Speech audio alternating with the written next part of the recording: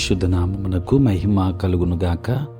క్రీస్తునందు ప్రియ దేవుని బిడ్డలారా, ప్రభు అయిన యేసు క్రీస్తు పరిశుద్ధ నామములో మీ అందరికీ ఈ ఉదయకాల శుభములు తెలియచేయచ్చు ఉన్నాను.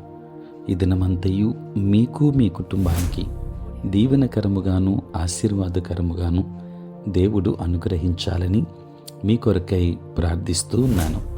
నేటి దినము కొరకు ఏర్పాటు చేయబడిన దేవుని వాక్యము కొరింథీ మొదటి పత్రిక 1వ అధ్యాయం 9వ వచనం. మన ప్రభు అయిన యేసు క్రీస్తు అను తన కుమారుని సహవాసమునకు మిమ్మును పిలిచిన దేవుడు నమ్మదగినవాడు. ప్రియులారా, నేటి దినము కొరకు ఏర్పాటు చేయబడిన ధ్యానాంశము క్రీస్తుతో సహవాసము. ప్రియులారా, క్రైస్తవుని జీవితం దేవునితో సహవాసమే అని పరిశుద్ధ గ్రంథం తెలియచేస్తూ ఉంది. పౌలు కొరింథీ సంఘానికి రాసిన మొదటి పత్రిక 1వ అధ్యాయం 9వ వచనములో ప్రభు అయిన యేసు క్రీస్తు అను తన కుమారుని సహవాసమునకు మిమ్మల్ని పిలిచినవాడు నమ్మదగినవాడు అని వ్రాయబడి ఉంది. అనగా క్రైస్తవ్యం ప్రభు అయిన యేసుతో సహవాసమే. ప్రియులారా, నిజ క్రైస్తవుని తన ప్రభువు నుండి ఏ పరిస్థితి, ఏ వ్యక్తి, ఏ విధానాలు వేరు చేయలేవు. ఈ సహవాసం అనుభవించుట ఏ రీతిగా సాధ్యమవుతుందో దేవుని వాక్యం మనకు వివరిస్తుంది.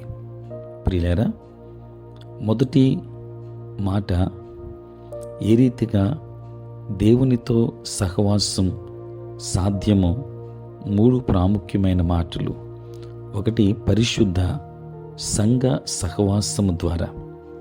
ప్రియులారా, మత్తయి సువార్త 18వ అధ్యాయం 20వ వచనములో ఎక్కడ 2-3 నా నామమున కూడి ఉందరో అక్కడ వారి మధ్య నుందును అని యేసు ప్రభువారు చెప్పారు. క్రైస్తవ సంఘ సహవాసాలు కేవలం మనుష్యుల కలయిక కాదు, దేవుడే మన మధ్య ఉన్నాడు అని గుర్తించాలి. ప్రియులారా, ఆరాధనకు హాజరవ్వడం, వాక్య ధ్యానం, కీర్తనలు, ప్రార్థన, వీటన్నింటి ద్వారా ఆయనతో మనం సహవాసం చేయగలం. రెండవది, పరిశుద్ధులతో సహవాసం ద్వారా. ప్రియులారా, లూకా సువార్త 14వ అధ్యాయం 15వ వచనంలో 2 యెరూషలేము నుండి ఎమ్మాయి గ్రామమునకు వెళ్ళుచు యేసును గూర్చి సంభాషించుచుండగా యేసే వారి మధ్య నుండి వారితో కూడా నడిచాడు. తనయందు భయభక్తులు కలవారు మాట్లాడుకొనుచుండగా, ప్రియులారా, యెహోవా చెవియొగ్గి ఆలకించెను అని మలాకి 3వ అధ్యాయం 16వ వచనంలో వ్రాయబడి ఉంది. మూడవది, దేవుని పని చేయుట ద్వారా. ప్రియులారా, ఆయన పని చేసేటప్పుడు ఆయన సహవాసాన్ని మనం అనుభవించగలం.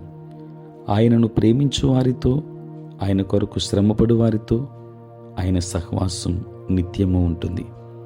తిమోతికి వ్రాసిన 2వ పత్రిక 4వ అధ్యాయం 17వ వచనములో ప్రభువు నా ప్రక్కను నిలిచి నన్ను బలపరిచెను అని వ్రాయబడి ఉంది.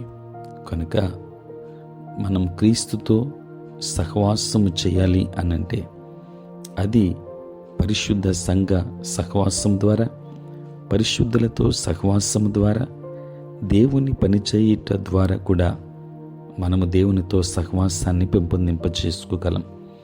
అట్టి సహవాసంలో మనలను ప్రభువు సిద్ధపరిచి నడిపించును గాక. ఆమేన్. ప్రార్థన.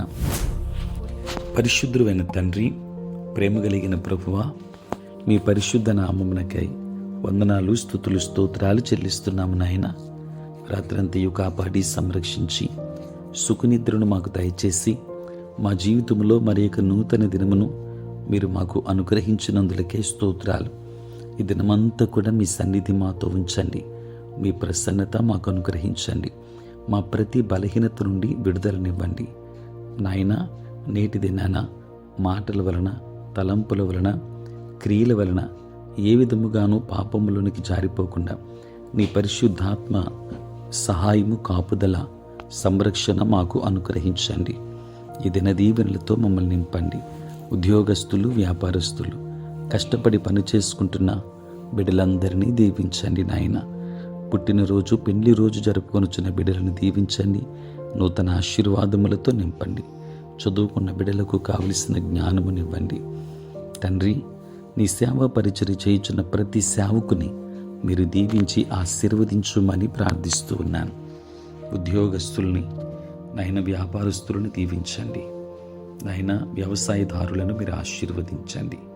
సార్వత్రిక క్రైస్తవ సంఘాన్ని దీవించుమని ప్రార్థన చేస్తూ, నీ కుమారునితో సహవాసం కలిగిన వారముగా మమ్మలను ఆయుధపరచుమని, మీరే తోడై ఉండమని, బలహీనులైన ప్రతి బిడ్డను మీరు దర్శించి బలమును, ఆరోగ్యమునివ్వండి.